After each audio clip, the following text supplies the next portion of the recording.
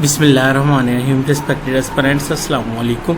आज हम सेक्शन 11 से लेके सेक्शन 13 तक जो है वो हम लोग जो है वो देखेंगे।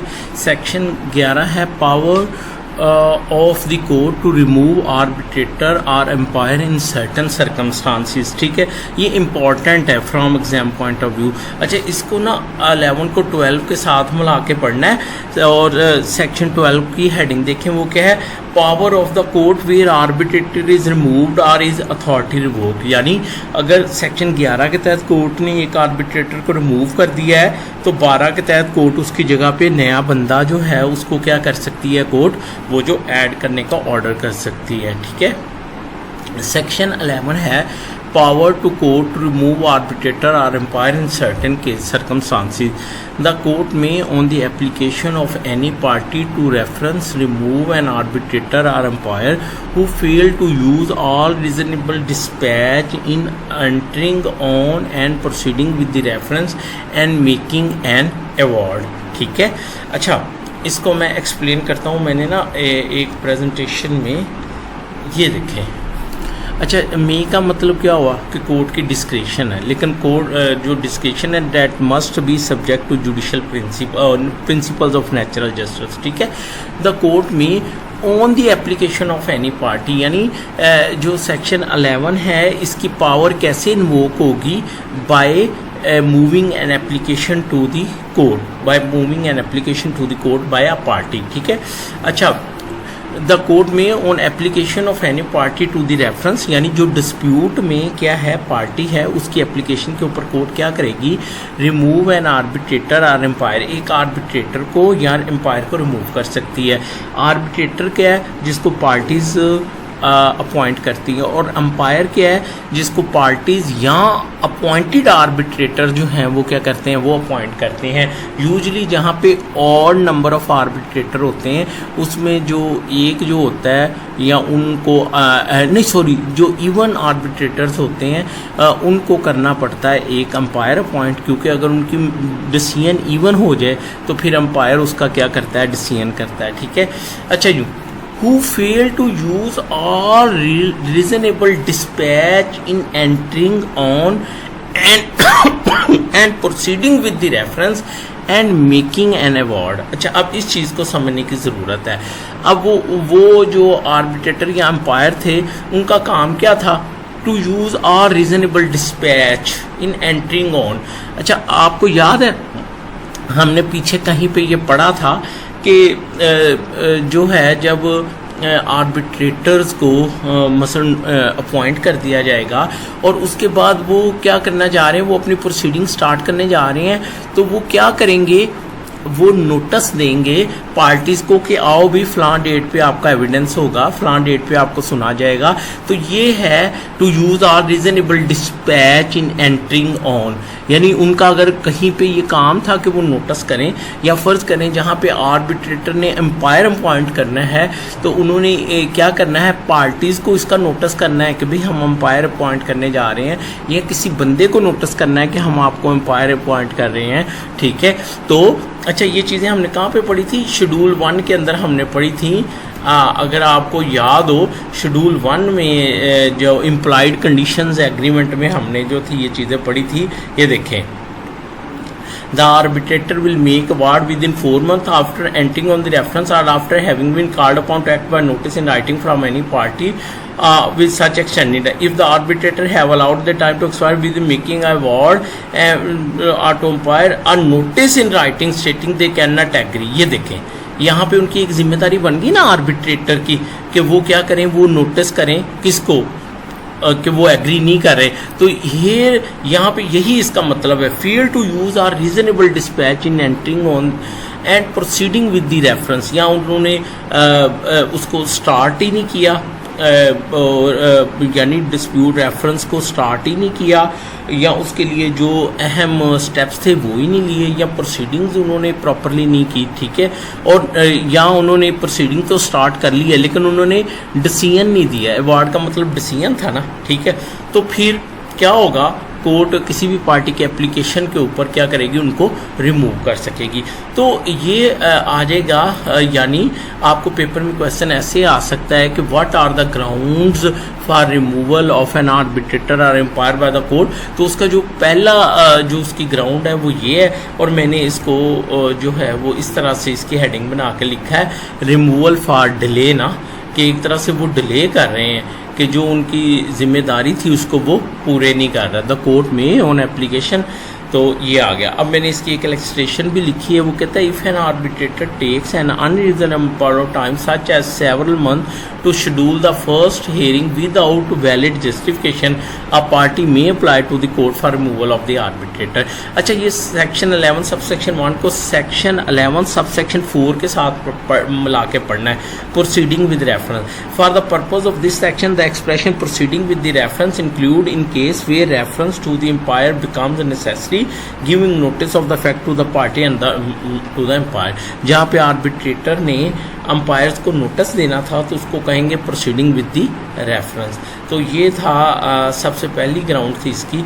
अब हम चलते हैं, इसकी दूसरी जो ग्राउंड है वो क्या है, वो है रिमूवल फॉर मिसकंडक्ट। ठीक है, the court may remove an arbitrator or umpire who has misconducted himself or the proceeding. अब इसकी इलिस्ट्रेशन क्या हो सकती है, if an arbitrator show bias by favouring one party during the proceeding or fail to disclose a conflict of interest the affected party can seek removal of the arbitrator from the court. देखें कि फ़र्ज़ करें कि वो जो arbitrator case सुन रहा है वो खुद ही पार्टी है, उसमें वो खुद ही पार्टी और खुद ही सुने जा रहा है, तो इसको अगर वो सुन रहा है तो ये क्या आ जाएगा, ये मिसकंडक्ट आ जाएगा। ठीक है, यहाँ फ़र्ज़ करें उसने रिश्वत ले ली है तो ये इसकी मिसाल हो जाएगी किसकी, arbitrator who has misconduct himself or the proceeding से क्या मुराद है कि एक पार्टी को तो सुने जा रहा है और दूसरी पार्टी को सुन नहीं रहा। एक पार्टी को तो वो क्या कहते हैं, उसको राइट भी दिए जा रहा है एविडेंस का, और दूसरे का राइट क्लोज किए जा रहा है। ठीक है, अच्छा जी, उसके बाद इसमें थर्ड जो है वो है entitlement to remuneration where an arbitrator or umpire is removed under this section he shall not be entitled to receive any remuneration in respect of his services. जब उसको रिमूव कर दिया जाएगा तो वो कोई उसको पेशे नहीं मिलेगी जो उसको उसका मुआवजा देना था आर्बिट्रेशन का, वो अब उसको नहीं मिलेगा। ठीक है, अच्छा, इसके ना मैं वो प्रेजेंटेशन जो है वो PDF में वीडियो के डिस्क्रिप्शन में अपलोड कर दूंगा, आप लोग प्लीज़ उसको जो है वो देख लीजिएगा। ठीक है, अच्छा जी, ये हो गया सेक्शन 11। क्या हो गया, सेक्शन 11। अच्छा, अब हम चलते हैं सेक्शन 12 की तरफ। Power of the court where arbitrator is removed or authority revoke. कहता है where the court removes an umpire who has not entered on the reference or one or more arbiter, not being all the arbitrators, the court may on the application of any party to the arbitration agreement appoint persons to fill the vacancy। देखें, अब एक vacancy जो है वो vacant हो गई है। ठीक है, कोर्ट ने एक एम्पायर को रिमूव कर दिया है। ठीक है, या where the court remove an umpire who has not entered on the reference. ठीक है, or one or more of the arbitrator या आर्बिट्रेटर को रिमूव किया है तो कोर्ट किसी भी पार्टी के एप्लीकेशन पे क्या कर सकती है, उस वैकेंसी को फिल कर सकती है और नया बंदा उस पर क्या कर सकती है, ऐड कर सकती है। ठीक है, where the authority of an arbitrators or umpire is revoked by leave of the court, or where the court removes an umpire who has entered on the reference or a sole arbitrator or all the arbitrator, the court may on the application of any party to the arbitration agreement either।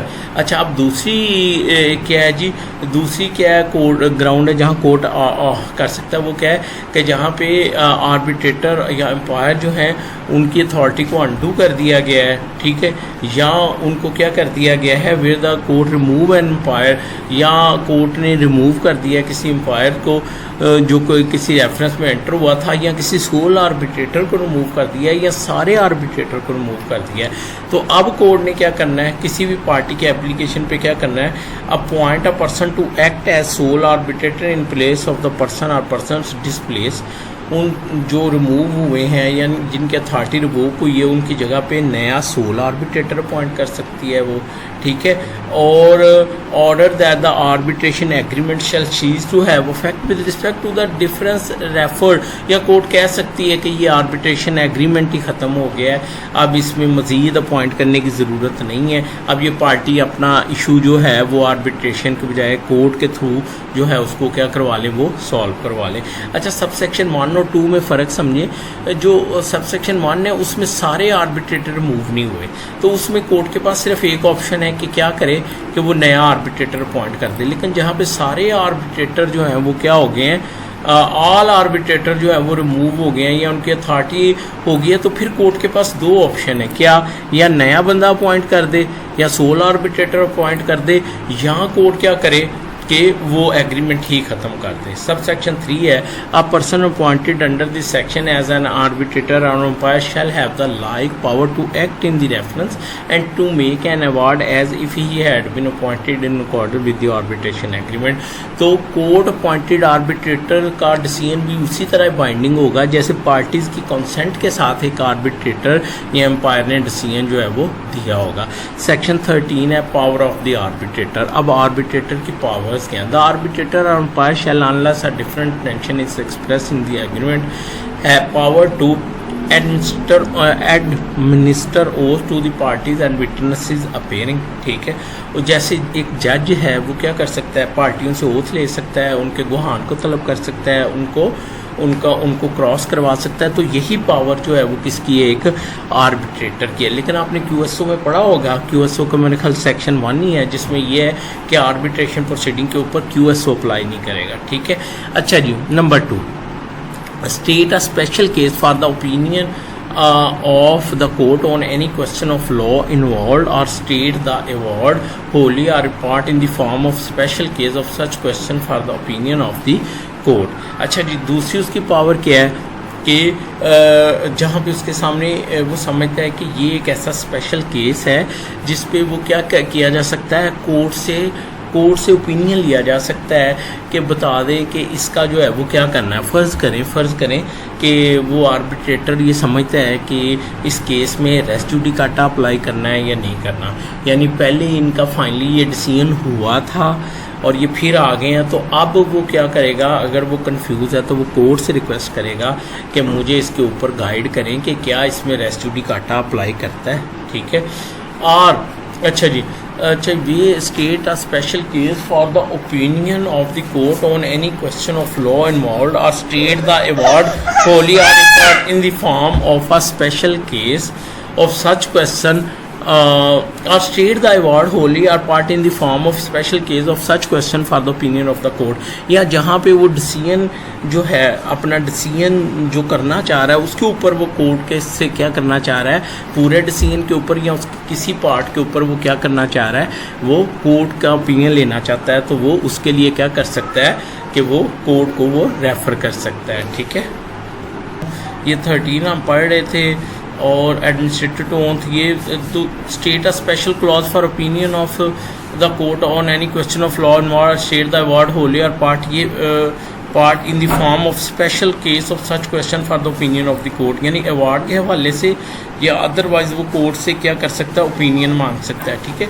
अच्छा, इसके ऊपर मैं आपको मैंने कोई इस पर illustration भी लिखी है, वो अगर मैं आपको दिखा सकूँ, हाँ ये देखें, ये if an arbitrator encounters a legal question regarding the interpretation of a contract clause that is ambiguous, they may frame this issue as a special case and submit to the court for clarification. This process helps to avoid potential legal pitfall in the award। तो hope कि आपको इस चीज़ की जो है वो समझ आ गई, ठीक है। नंबर 3 है, मेक द अवार्ड कंडीशनल और इन द ऑल्टरनेट, ठीक है। अच्छा, ये क्या है, इसको मैं आपको एक एग्जांपल के साथ समझाता हूँ। देखें, मेरी बात सुनिए कि कोर्ट कहती है कि ठीक है, ये 5 मरले प्रॉपर्टी मैं ए को देते हैं, लेकिन ए इसके एवज में क्या करेगा, क्या करेगा कि इसको 5 लाख रुपया देगा। तो इस अवार्ड को क्या कहेंगे, कंडीशनल अवार्ड, कि उसको प्रॉपर्टी मिल रही है लेकिन वो क्या करेगा, वो 5 लाख रुपया जो है वो दूसरी पार्टी को अदा करेगा।